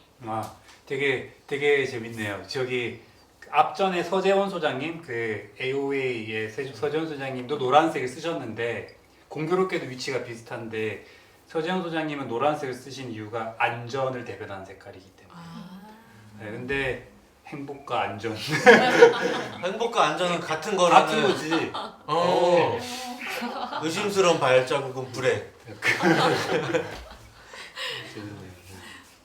그래서 저는 그게 한국 그 매듭이라는 거를 사실 처음에 인지를 못하고 있다가 이제 나중에 설명을 듣고 나서 아 그래 이거 매듭이었지. 그러니까 우리가 어렴풋이 아는 거예요. 기억이라는 게 참 무섭구나 싶은 게 이거 어디서 봤는데 되게 익숙한 패턴인데 라고 생각만 하다가 내 머릿속 기억에 그게 남아있고 나중에 이제 그 설명글에서 다시 그걸 확인했을 때 약간 저는 그때 기억에 대해서 다시 생각을 했어요. 아 내가 어렸을 때 봐왔던 어떤 한 조각들이었겠구나. 그러게 그게 막 그 사람재로 재현된 모습이 너무 재밌었던 것 같아요. 실제로 그 멜로디님을 만나러 천안에 갔을 때 너무 놀라운 풍경을 봤어요. 건축가들의 로망이 뭐냐면은 많은 사람들이 합심해서 하나의 꿈을 이루어 가는 거. 그런데 그 사람들이 다 선하고 소박하고 그래서 대단한 일을 했구나 이렇게 얘기를 했죠. 서울에 와서 말했는데 아무도 안 믿었어요. 이제 믿어요. 네. 아까 여기서 살고 싶다 이렇게 말을 한다고 하셨잖아요. 근데 그 얘기를 들었을 때 생각나는 게 그 여기서 산다는 말이 원래 집에 산다라고 할 때 흔히 쓰이기는 하는데 사실 집에서만 사는 게 아니잖아요. 그래서 거기 오래 머물고 싶다라든가 거기를 뭔가 자기 삶의 일부로서 확실히 두고 싶다 이런 식의 표현 동사로서 산다라는 표현이 쓸 수도 있겠다 이런 생각이 좀 들더라고요. 그러니까 네. 물론 침대 이런 건 이렇게 없고 집은 아니지만 그래도 여기서 산다라는 게 그냥 어디서든 쓸 수 있겠다. 이게 좀 어떻게 생각해 보면 도시에 대해서 네. 도시를 살기 이런 느낌일 수도 있겠다. 이게 좀 되게 순수한 표현으로 나온 걸 수도 있겠다 이런 생각이 들더라고요. 저도 지금 말 듣고 나서 조금 약간 깜짝 놀란 것 같아요. 그러니까 머물고 싶다라는 또 다른 표현일 수도 있을 것 같아요, 진짜. 네, 그곳에 왜냐면 계속 제가 다른 곳으로 자꾸 유도를 했거든요. 차기차 내려가고 싶어서 자꾸 올라가면서 저기 가고 싶다고, 저기 가고 싶다고 했거든요. 근데 진짜 살고 싶다, 머물고 싶다라는 장소에 대한 어떤 키포인트 아니면 어떤 진짜 나만의 공간들이 좀 있는 게 굉장히 중요한 부분이 아닌가. 그러면 네, 뭐 말씀하세요. 한번 해도 될까요? 네네. 괜찮은 생각 같아서요. 우리 아이의 시선으로 살고 싶은 곳을 얘기해 보면 어떨까? 한 명씩 양규부터. 뻥 뚫려 있는 거. 양규의 어린 시절은 군산에 이런 바닷가가 막 펼쳐진 데서 맨날 이렇게 넉넉히 있었대요. 아 정말요? 너무 군산 좋네요. 사셨어요? 어디세요? 저 어머니 고향이 군산. 아, 저는 익산이에요. 허허 난리 우리 났네. 엄마는 익산은 부산이야. KTX가 뚫려가지고 그때부터 도시가 번창했어. 맞아요. 저 고향 익산이에요. 아 정말요? 그래서 지금도 살고 있어요. 예, 고등학교 상이 어디서 좀 나오셨어요? 비슷하죠. 익산 이일여고요. 아 어머 후배네. 아니요, 저는 남성여고인데 저는 남성여고. 이일여중 나오고 저 저는 이일여중 네. 나오고 이일여중. 어머 후배네. 오. 그 주제가 마침 질문 돌던 게 그거잖아요. 어디서 살고 싶은가. 저 그거랑 관련해서 마침 나온 얘기랑 아까 익산 KTX 뚫렸다 얘기할 때 제가 그래서 대학교 이제 후반이랑 대학원을 KTX를 타고 다녔어요. 제가 이제 신촌에서 대학원 생활을 하는데 익산으로 아니요 연대. 연세대요. 연세대인데 왜 네. 굳이 해가지고 자격지심 키우고 그래? 아니, 아까 아까 홍대하고 신촌 한 세대를 시간이면 가지고 가가지고 그쵸. 계속 그 생각했어. 홍대랑 신촌인 이유는 제가 살았던 곳이 그 원룸이 조금 홍대에 가까운 신촌이어서 이제 다 됐지? 여튼 KTX 얘기로 돌아가서 이 익산 1시간이면 진짜 가기 때문에 이게 되나 하고 해봤는데 되더라고요. 그냥 뭔가 그냥 어느 정도만 하면 이렇게 한반도가 워낙 이렇게 특히나 한국이 되게 조그마한 어떻게 보면 나라라서 이렇게 말해도 되는 거겠죠? 갑자기 시간에 최영건 의한 작가님은 한국을 사랑하십니다. 네. 한국, 네. 아무튼 면적상으로 정말 익산이랑 그 서울이 1시간 반 이 정도 거리라서 이게 충분히 가능하더라고요. 그래서 제가 해본 되게 재밌는 어디서 살 것인가에 대한 큰 고민의 어떤 실천 이게 되게 지금도 뭐 열심히 실천해보고 있는데 특히 학교를 어쨌든 그렇게 해서 다닐 수 있었다 이게 되게 그냥 실천하고 있다라는 모호한 말보다 훨씬 뭔가 그 확실하잖아요. 그래서 진짜 잘 맞췄습니다. 근데 그러면은 서울이 정이 안 가잖아요. 짐을 풀어 놓은 순간부터 사실 저는 정이 갔거든요. 저는 원래 다니다가 그러니까 그 원룸도 있고 뭔가 이렇게 친구랑 같이 살기도 하고 이렇게 서울에서 다니다가 어느 순간에 정이 안 가서라기보다 그냥 이게 되나라는 좀 그런 궁금증이랑 이게 그럴 수도 있겠다 이런 생각들에서 뭔가 그래서 실천했던 것 같아요. 정이 안 가서라기보다는 오히려 좀 더 자유롭게 선택지를 늘 넓힐 수 있을까 이런 생각을 하다 보니까 좀 말씀드렸다시피 뭔가 학교를 그렇게 해서 다닐 수 있었다라는 사실이 조금 더 설득력이 있으니까요. 근데 진짜 저는 이제 제가 나고 자랐던 고향에서 보낸 시간보다 이제 서울이나 수도권에서 보낸 시간이 이제 더 많아졌거든요. 네. 그런데도 아직까지도 여기가 나의 도시 아니면 내가 정을 가지고 있는 도시 오픈하우스 서울 하면서 라는 생각이 사실은 마음 깊이 들어오진 않아요. 그러니까 그게 뭘까라고 저는 이번에 질문지 받아듣고 되게 고민 많이 했거든요. 이게 뭘까? 그런데 저는 이제 제 동네를 가져본 기억이 없더라고요. 그러니까 제가 어떤 방이나 뭐 집이나 이런 걸 살아본 경험이 있어도 그 동네에 커뮤니티가 안 생긴 상태로 산 거예요. 그나마 유일하게 커뮤니티 생겼던 데가 서촌이었어요. 서천에서 혼자 살 때는 동네에 있는 많은 분들이 문화예술계 분들이 계셔서 그때는 커뮤니티가 생기고 그때 가장 친밀하게 동네에 대해서 살 수 있었던 거고 그래서 어쩌면 지금 말씀하신 것처럼 그 지역에서 내가 교류할 수 있는 사람의 범위 그리고 걸어서 움직였을 때의 편안함 그게 되게 중요하구나라는 게 저는 아직도 생각을 하거든요.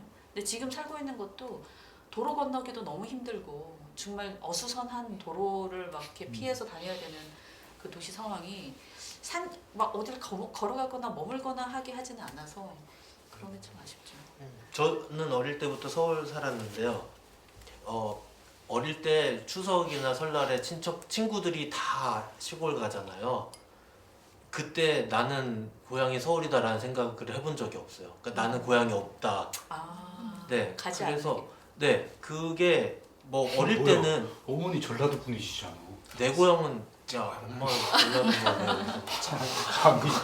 아니 명절에. 안 가. 엄마 명절 안 가지. 그래? 그게 또 가부장제랑 연결되니까 복잡한 주제로 가지 말라고. 나는 외갓집이 더 재밌는데 그래 엄마. 외갓집 안 가잖아. 명절에. 명절에 안 간다고. 안 가잖아. 그게 또 심각한 문제야. 이제 왜 할머니 친할머니이고 외할머니인데 이게 복잡한 문제로 가지 말자고. 그래서 우리 집으로 이렇게 왔거든요. 친척분들이. 근데 다 서울 분들이고. 근데 그게 나는 서울에서 태어나고 여기가 소중이라는 느낌이 뭐 어릴 때니까 되게 본능적으로 당연히 들었어야 되는데 나는 고향이 전라도인가. 그쪽에 가면 시골 있고 이제 할머니도 있고 막 이렇게 뛰놀 수 있는 데가 있으니까 그런 마음을 가지고 살았어요. 그래서 약간 커뮤니티도 있었거든요, 나름. 근데 확실히 고향이 약간 부재한 상태로 사는 것 같아요, 저는. 네. 세미님도 그러셨나요? 네, 서울 사는 나고 자란 사람들이 느끼는 게 비슷할 것 같아요. 그러니까 저도 고향이 없다는 생각이 들고 내 도시, 나의 동네 이런 것에 대한 느낌이 뭘까? 좀 궁금해요. 오히려.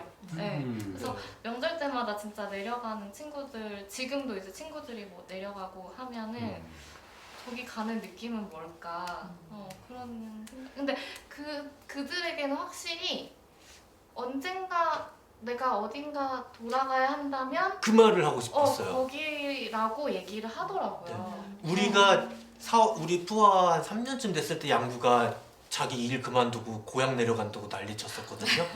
막 연남동에서 울었어요. 막 아빠한테 전화해서 아빠 나 내려갈게. 나 서울에 못 입겠어 이랬는데 아, 그 최후의 한 발이 있구나. 맞아요. 응. 내려간다고는 안 했어요. 그만한다고 했지. 아, 잘 그래서 아버지가 내려와. 내려와 양규야. 그러지 말어. 그랬지. 뭘 내려와 그래. 그러지 말어. 그러지. 거기까지 가서 못 오게 내려와. 그러지. 기억이 또 잘못돼. 그래. 그리고 니네 우리 아빠랑 통화할 때 옆에 없었어. 음. 그렇게 맘대로 생각하네. 그게 더 있어요. 그러니까 마지막 한 발, 그러니까 그게 사치스러운 생각이죠. 왜냐면 시골에 살면서 서울에 오기까지가 얼마나 힘든데 이미 서울에 태어났는데도 좀 뭐 그런 생각이 들긴 해요. 사치긴 하지만 아 물러설 딱 한 군데가 있구나.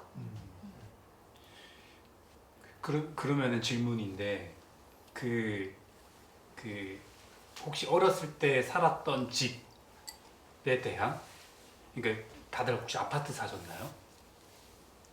네, 영건 작가님 지금 사시는 집도 이렇게 되게 오래된 집이고 주택이잖아요. 하지만 어렸을 때도 그러니까 단독 주택 예. 전 어렸을 때는 시골에 이제 땅이 이렇게 조부모님 땅이 있어가지고 그 부모님이 제가 3살 됐을 때 시골로 들어가셔서 단독주택을 지으셨어요. 그래가지고 그냥 그 전원주택이라고 해야 되나? 그래서 되게 고립된 전원주택에서 살았어요. 네, 그게 첫 번째 집. 저는 아파트에서 어린 시절을 보낸 사람들이 궁금해요. 멜로디 물어보자. 멜로디는 혹시 어린 시절 리버리 힐스? LA 이버리 힐스 저택에서 사셨을 것 같긴 한데 어렸을 때 살았던 집에 대한 기억이 있어요? 네. 어, 근데 그거는 3살 때 기억인데 그냥 아버지가 색깔을 많이 좋아하셔가지고 모든 벽을 다른 색깔로 칠하셔서 이렇게 막 만지던 기억이 나요. 그 집이 아직도 있어요? 아니요. 이제 사라진 집인가요? 네. 저는 이제 저의 집은 그냥 익산에 그냥 정말 소도시잖아요. 그냥 평범한 그 콘크리트로 만든 집이었는데 거기서 기억은 별로 없고요. 큰 집이 시골집이었어요. 그러니까 전원일기에 나온 김회장님 댁 같은 분위기. 그래서 앞마당 있고 뒷마당 있고 축사 있고 그리고 땅이 좀 많이 경작을 하셔가지고 그래서 어렸을 때 그 들판 뛰어다니고 고드름 따고 막 거기서 놀았던 모든 것들이 다 저의 정서를 다 차지해서 내 고향은 삼례. 그냥 참네. 고향. 죄송합니다. 나도 그래. 참네. 아니, 친구가 그거 딸기 없었죠. 밭을 해가지고. 네. 그래서 그곳이다라고 생각을 했어요. 근데 이게 거기가 이제 혁신도시로 지정이 되면서 아휴. 고향 자체가 완전히 미뤄져. 저 바로 무기력해졌어요. 그때 저희가 그 한 20대 후반이었는데 내가 살던 집도 아니고 큰 집인데도 불구하고 저의 상실감이 어마어마하더라고요. 그러니까 큰 집이 없어진다고 했을 때 내가 항상 명절 때 내려갔을 때 어떤 나를 충전시키던 많은 에너지들이 일순간에 다 사라버진 느낌인 거예요. 그래서 이게 이 상실감이라는 게 사람들이 말하는 거구나라는 걸 그때 처음 느꼈고 그 뒤로는 이제 고향에 대한 감정이 되게 이제 이성적으로 바뀐 것 같아요. 없어진 느낌? 그리고 이제 제가 그런 에피소드를 얘기했을 때 김영준 소장님이 농담으로 그건 그 작은 집에 토지보상금이 안 나와서 그래라고 농담을 하시긴 했는데 그거와 상관없이 어쨌건 이게 개발로 인해서 어떤 고향이 통째로 없어진다는 거는 정말 그러게요. 큰 상실감인 것 같아요. 아마 제가 이 중에서 제일 독특한 어린 시절의 집에 대한 얘기를 할 수 있을 것 같아요. 화장실 좀 다녀오겠습니다. 다 들었는데. 네. 우선은 저희 집은 저는 이제 경상남도 창녕에 있는 되게 창녕 영산이라는 시골에서 저는 어린 시절 보냈는데 아버지가 지으신 집이거든요. 근데 되게 독특한 구조의 집이긴 했어요. 그러니까 뭐 주방을 가려면 방을 2개를 건너야 돼요. 왜 그렇게 설계를 하셨는지, 왜 그렇게 지으셨는지 전혀 뭐 이해를 안 되는데 주방을 가려면 방 2개를 건너야만 갈 수 있는. 예, 근데 그 집은 아직도 있거든요. 아직도 있고 지금은 폐허예요. 얼마 전까지 사람이 살았지만 지금 사람이 살지 않아요. 그리고 제 소유예요. 아버지가 땅을 그 집을 파셨어요. 부동산에서 파셨는데 제가 아까워서 제가 다시 샀어요. 그 집을 싸게. 엄청 싸요. 엄청 싸가지고 아니 그 돈 주고 팔 거면은 그냥 내가 다시 가져올게 해서 그냥 제가 그 지금 제 소유의 지금 집이 돼 있는데 재밌는 거는 엄청 큰 집이었거든요. 근데 최근에 갔더니 세상에 제 안방만 하더라고요. 그러니까 너무 작은 집이더라고요. 그러니까 어떤 그 집을 기억하는 어떤 스케일감이 사실 어린 시절의 눈높이에 맞춰져 있었기 때문에 그 큰 집이 지금은 이제 정말 몸에 끼일 정도로 작은 집이 되어 있더라고요. 근데 저는 근데 그 경험이 너무 소중하고 그 집이 아직도 남아 있다는 것 자체가 저한테는 되게 큰 자산이에요. 그거는 그 승재가 말한 마채후의 볼은 아닙니다. 가서 살 생각은 없어요. 근데 지워지지 않은 나의 기억이 아직도 물리적으로 존재한다는 거. 지금 방금 울먹한 거 아닙니다. 목이 메인 거예요. 네 마음 이해. 이제 그런 것들이 사실은 좀 그 아파트를 이제 안땀 무기력해. 그러니까 아파트에서만 그러니까 그렇잖아요. 어린 시절 뭐 이 아파트에 살았다가 저 아파트 이사가 다 똑같지 않아요? 그렇죠? 지금 이 구조가 다르지 않을 텐데. 아파트마다 조금씩 다르죠. 그러니까 또 똑같겠지 뭐. 그러니까 그런 어린 시절을 보낸 사람들에게 어떤 고향과 집에 대한 게 항상 저는 궁금하긴 하더라고요. 어떨지. 근데 잘 아시다시피 그 주공 아파트를 꾸준히 기록하신 분이 계시잖아요. 제가 갑자기 성함이 이인규. 네, 이인규 그 작가님처럼 그 옛날 아파트는 지금은 좀 다른 것 같아요. 또 옛날 아파트는 제가 그 다큐멘터리 정재현 감독님이 그 아파트 다큐멘터리에서 중요한 차이가 지금의 아파트는 나무가 자랄 수가 없대요. 흙이 깊이가 30cm 정도밖에 되지 않아. 근데 옛날에는 나무가 이제 토양이 깊어가지고 동과 동 사이 간격도 넓고 나무도 잘 자랄 수 있고 다만 이게 적층돼 있을 뿐이지 주변 환경이라는 게 있었던 것 같아요. 나 여기 아파트 앞에 환경을 한번 보여드려야겠습니다. 여러분들 이것 좀 보십시오. 그렇죠. 이런 상태가 되는 거죠. 동간격이 대단하지 않습니까? 네. 그래서 그분이 말하는 것도 저는 되게 인상적인 게 그분에게는 그게 자신의 고향인 거야. 아파트의 환경이. 그리고 주공 아파트 대부분이 초기에 지어진 곳이 다 아름다워요. 외부 공간도 물론 이제 지금처럼 뭐 인프라가 좋거나 할 수는 없어도 오히려 자연 환경이 더 좋고 나무도 뭐 너무 우거져 있고 그 장소에 대한 그 즐거운 추억들이 굉장히 많이 가지고 계시더라고요. 근데 저도 어렸을 때 아파트에 살았는데 되게 좋았어요. 그러니까 아파트가 이 건축이 마땅히 이래야 할 이런 걸 잃기 전에 지어졌거든요. 그러니까 뭐 복도도 지금은 법에서 정하는 만큼만 하고 뭐 공용 공간도 없고 그런데 되게 잘 지어졌고 5층짜리 아파트고요.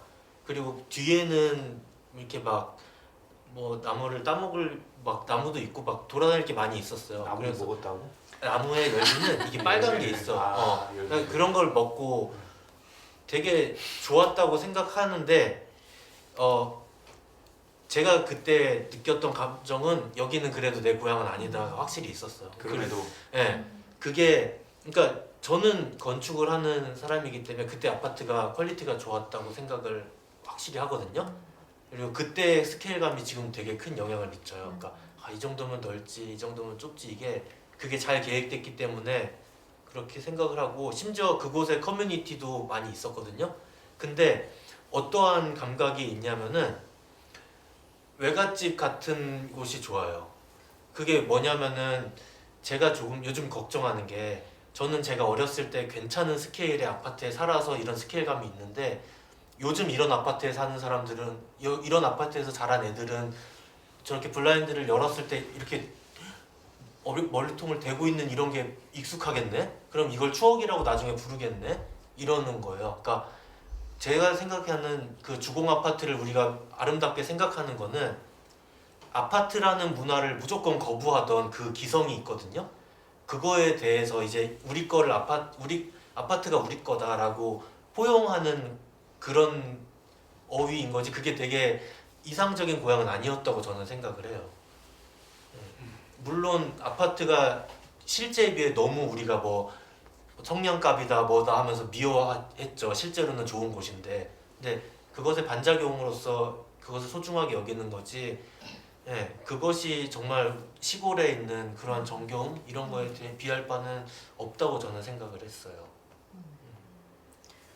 그래서 저는 저의 고향이 그렇게 폭력적으로 물론 이제 좋은 거죠. 뭐 이전 세대 한 세대가 농사를 짓고 나서 다음 세대 농사 짓는 사람은 없었으니까 뭐 그렇게 사라지고 났을 때 그때 그 느낌이 그 나무가 없어지는 그런 것들, 그냥 어떤 기억 우리가 잊어버리는 풍경이 없어지는 순간들, 그런 것들이랑 되게 맞물려져 있어서.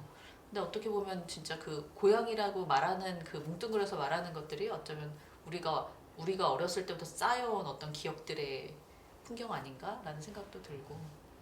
아, 그리고 한 가지 더 덧붙여서 서울에 사는 많은 사람들의 고향의 부재가 이런 느낌이 있을 것 같은데, 강남에 사는 사람이나 평창동, 성북동 이런 데 사는 사람은 다를 거지만 여기를 벗어나야 된다는 감각이 많이들 있을 것 같아요. 네. 뭐 지금은 서울에 있다는 것만으로도 안심일 테지만 예전 사람은 돈 벌어서 여기 떠야지. 그래서 그걸 소중하게 여기지 않았을 확률이 많이 커요. 서울을 떠나야 된다. 변두리에 있는 이제 서울의 대부분의 사람들이 좋은 교육권이 좋은 곳으로 가고 싶고 강남에 가고 싶고 이런 사람들의 열망이 있기 때문에 내가 사는 곳이 소중하다고 느끼기보다는 돈 벌어서 이사 가야지 이런 마음으로 살고 있는 사람이 되게 많았어요. 제 때는. 저기 못 사니까 여기 산다 약간 이런. 내가 그래서 좀 지금은 필요에 의해서 이렇게 정신없는 환경에 있지만 이제 나중에는 좀 조용한 데 가서 살고 싶다. 그쵸. 이제 청년들이 고시원에 사는 마음으로. 아니면 자산 가치의 어떤 측면에서 좀 더 나은 어떤 투자 목적으로 집을 좀 그렇게 여기는 게 많아졌잖아요. 특히 아파트의 경우에는 어렸을 때부터 여기가 내 집이고 계속 여기서 살겠다는 그런 어떤 가정에서의 분위기 속에서 아이가 자라는 경우보다 그냥 이사 가는 게 당연한 상황에서 자라는 게 더 많은 것 같다는 느낌도 좀 어렴풋 드는 것 같아요. 그런 것에 비해서 말씀하신 어떤 고향 이미지는 좀 절대 안 사라질 것 같은 느낌, 자발적으로 팔거나 해서 떠날 것은 아닌 것 같은 느낌, 이런 게 되게 강하잖아요. 엄청 가까이 왔어 멜로디. 제 말이 안 들리시죠? 멜로디. 멜로디는 아, 고향 이런 거 있어요? 이거 약간 이거 이게 조금 완전 멜로디의 그러니까 이게 정성가 이런 생각이 살짝 드는데, 멜로디는 고향 혹은 사적으로 소유하는 거, 속하는 거 이런 거에 대한 생각 어때요? 좀 다를 것 같아요, 느낌상. 저는 제가 하도 이사를 많이 다니고 그쵸? 여행을 많이 다녀서요.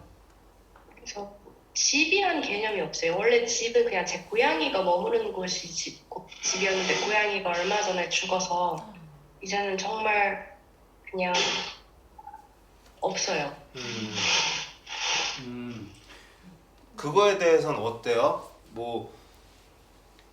그러니까 약간 없으면 서운한 건 그런 감정이 있는 건가? 그런 것도 조금 궁금한데. 그러니까 아무 상관 없기도 하잖아요, 사실. 저는 그냥 서울 여행한다고 생각하고 살거든요.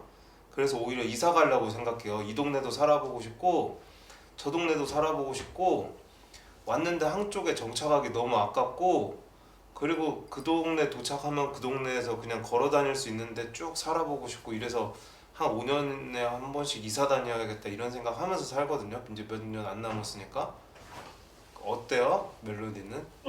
그러니까 정착하지 않아도 커뮤니티는 만들 수 있다고 생각하거든요. 친구들도 만날 수 있고, 그리고 어떻게 보면은 우리가 다시 한번 영권 작가님 말처럼 우리는 부재가 되잖아요, 언젠가는.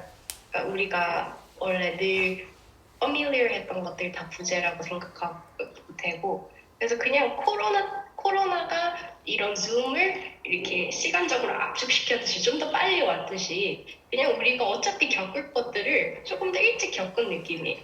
어차피 우리는 we live in a tent in a way. 그게 사람의 몫이 아니까 지금 millennial generation의 몫, that is who we are in a way. 나만 못 알아들었네. She's only 밀레니엄 우리도 포함되는지 않아? 우리도야? 우리도 넣어주는 거야? 밀레니얼 아닌가? 아니야? 밀레니엄. 그게 딱 정해져 있는 거야 그게 숫자로? 그 서운하게 2000년 넘어야 되는 거 아니야? 2000년대 출생 아닌데 이 사람? 아니잖아. 이 사람 90년대. 그래. 그래 그냥 오케이. 지금 젊은이들이 다 밀레니얼이지. 그렇지. 우리 회사에서 프로젝트를 하면서 뭔가 기적적인 일을 경험한 적이 있거든요. 그때 공통적인 거는 여성분하고 같이 했을 때요. 남자 어떤 뭔가 그 예를 들면은 모의견. 팀에 클레이 아크 했을 때 직원 한 명이 있었잖아. 그 사람이 되게 이거 어떻게든 막 잘해볼 거야 막 이렇게 몸을 갈아 넣었잖아. 근데 그런 식으로 역할을 한 남자는 없다. 그쵸. 되게 중요한 부분 지적하셨는데 그 어떤 기관이나 단체 특히 이제 공무원인 기관에서는 나연이도 남자들은 점유도. 관리직으로 빠지는 가장 맞아요. 빠른 길을 잘 알아요. 그리고 대부분 남자를 관리직으로 잘 끌어올려요. 사냥하러 가는 거네. 그리고 그 실제 일을 하는 미친 듯이 실무를 능력이 뛰어난 여성들이 포진해 있음에도 관리직으로 잘 못 올라가요. 맞아요. 리스크를 다 나연 누나도 네, 그렇잖아. 네. 김나연 국장님도 그러고 남자가 어떤 관리직에 있는 남자랑 했을 때 기적이 일어날 확률이 되게 적어요. 그러네. 뭔가 일이 잘 되면 그 안에 실무진을 보게 돼요. 맞아요. 근데 물론 이제 다 그런 건 아니고 이제 뭐 철물점 사장님도 다 아줌마야. 이거 양규 이론인데 양규 아, 이론이에요. 정말요? 이게 기가 뭐냐면은 막혀. 아저씨들이 일 하나도 못해. 그 철물점에 아저씨가 앉아 계시면은 손님이 들어오면은 이 손님이 나갈 때까지 이 손님만 응대하는 거예요. 다른 손님이 들어와도 응대를 못해. 근데 아주머니 오시면은 그건 2,000원, 그건 3,000원, 그건 일로 가져오고 학생 그건 일로 가져와 이게 되잖아요. 그러니까 카드는 뭔가- 10%부터요. 저기 위에 올라가서 이렇게 다. 이게 그러니까 그게 딴 게 아니고 이게 뭔가 사실 저는 그게 커뮤니케이션 능력 같아요. 네, 그거는 확실한 것 같아요. 그리고 그 관료사에 많이 의지하는 사람이 있고 개인적인 에너지를 분출하는 이런 사람으로 나뉘는데 확실히 그 방금 얘기한 거는 그냥 남자의 능력이 좀 빨리 퇴화되는 그런 게 있는 것 같긴 해요. 근데 제가 그 레이징 보이즈라는 책을 최근에 한번 읽었는데 그 아들을 어떻게 키우느냐에 대한 얘기인데 그게 조금 재밌어요. 그러니까 그 책의 목적은 쓸모 있는 남자로 만드는 방법인 거예요. 그러니까 우린 남았어? 우리 남았냐고. 그 책의 결과에 쓸모 있어. 그러니까 있어 우리는. 그 쓸모 있는 남자라고 하면은 이제 어떻게 보면은 이제 태생적으로 더 힘도 세고 어떻게 보면 이제 그러니까 뭔가 이렇게 자기 자신만을 위해서 살아가는 것이 아니라 주변을 좀 더 보살피고 이렇게 뭔가 이렇게 어쨌든 쓸모 있는 남자로 키워야 된다라는 게 주 목적인 책인데 그 여자를 왜 다루지 않느냐, 여아를 왜 다루지 않느냐, 알아서 잘 큰대요. 여아들은 알아서 쓸모 있는 사람이 된다. 예, 그 남자애들은 기본적으로 그 책의 설정이 그냥 모자란 애들이에요. 남자는 기본적으로 모자라요. 이 뒷부분도 잘라야겠지. 아니 근데 그 책이 그래. 근데 그러니까. 그 책이 그래. 그 책이 그래. 그래서 그러니까 이게 뭐냐면 근데 실제로 그러니까 그 발달이 남자애들이 훨씬 느린 거죠 일단. 그러니까 소통도 잘 안 되고 감정 표현도 잘 할 줄도 모르고 그러니까 모든 면에서 이제 그 여아에 비해서 이제 발달 속도가 떨어지는 게 남자 애들인 거죠. 그러니까 그 뭐 저는 이런 것 같아요. 지금 이제부터 이제 남성 혐오가 시작되는데 지금 현대 사회에 만연해 있는 문제 많은 남자들은 대부분 그냥 어떤 그 교육적인 부분이 저는 크다 생각이 들어요. 이렇게 충분히 이렇게 잘 이렇게 키워지지 못한 것 같아요. 그러니까 있는 대로 큰 거죠 그냥. 그렇습니다. 입 연 김에 남성 용어를 해봅시다. 저는 저는 제가 많어. 남자들의 문제는 울 줄 모르는 거. 그런 걸 드러내지 못하는 거. 그게 이렇게 강한 척을 해야 되는 거랑 같은 문제라고 보거든요. 근데 우리 중에 양규는 울 줄 알아요. 너도 울었잖아. 나? 그래 뭐? 나 언제? 너 한번 울었지? 얘기해? 그런데 그 길러진다는 표현은 되게 그 책이 외국에서 나온 책인지 아니면 외국에서 나온 책이에요. 나온 책. 네. 그 한국 사회는 더 특히 그러니까 길러진다는 게 되게 중요한 게 물론 선천적으로 주어진 조건들이 있는데 사회화 과정에서 여자들이나 여자아이들이 끊임없이 많은 채널에서 레이더를 이렇게 하게끔 만들거든요. 근데 우리나라 같은 이제 남자아이들 굉장히 관대하기 때문에 뭐 이걸 공감하거나 성찰하거나 뭐 이렇게 배려하거나 할 수 있는 그 훈련을 거의 받지를 못하죠. 그거는 되게 중요한 부분인 것 같아요. 멜로디님 궁금했어요. 그 건축하는 현장에 남자들이 많잖아요. 네, 어땠어요? 뭐 문제 없는데요. 문제 없습니다. 멜로디 문제 없어. 그냥 자기가 자기 일을 잘하면은 다 인정을 해줘요. 그치. 그리고 오히려 또 많이 도와주려고 하더라고요. 나중에. 그냥 사람 대 사람으로 결국에는 이렇게 소통하면 되는 것 같아요. 우리 세미 기자님의 한마디 시간입니다. 오늘 토크를 듣고 네. 네. 네. 근데 저는 오늘 3번의 토크가 있었는데 매번 이제 도시에 대해서 얘기할 때 늘 거대 담론, 뭐 도시의 기억이란 단어가 붙어도 굉장히 막 역사적인 뭐 이론적인 차원에서 얘기하다가 되게 개인적인 차원에서 굉장히 사적인 아주 세심한 부분을 얘기할 수 있어서 되게 좋았던 자리였던 것 같습니다.